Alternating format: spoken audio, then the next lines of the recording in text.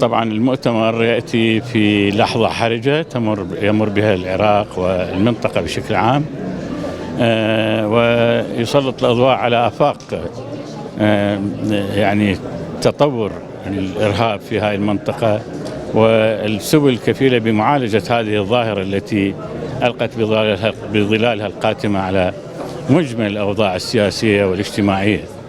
أعتقد منتدى أو ممثلية الإدارة الذاتية في روجافا كانت موفقة جدا، واختارت الوقت والزمان المناسب لعقد هذا المنتدى اللي راح يتطرقون بالمحاضرين لآفاق هذا المكافحة، يعني آفاق مكافحة الإرهاب، يعني بالسبل السياسية أو العسكرية أو الاجتماعية أو الثقافية.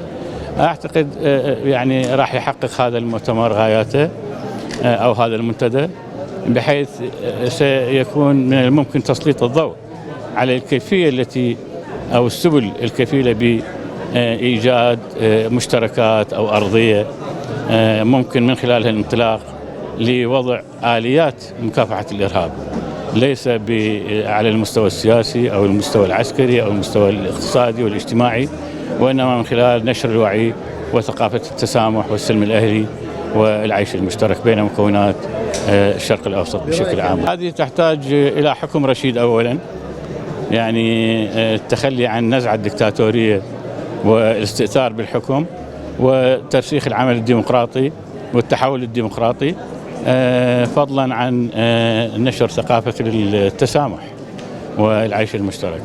وهذه تحتاج إلى جهود أحزاب وقوى وطنية ومنظمات مجتمع مدني أيضا، حتى تستطيع أن تفعل فعلها أو تترك بصمة ذات تأثير فاعل في الأوساط الاجتماعية والسياسية والمدنية بشكل عام. مع الأسف الشديد الدولة التركية كان من الممكن أن تقيم جسور من المحبة والعلاقات الطيبة مع جيرانها، إلا أن الذي يحصل حاليا هو العكس بالضبط.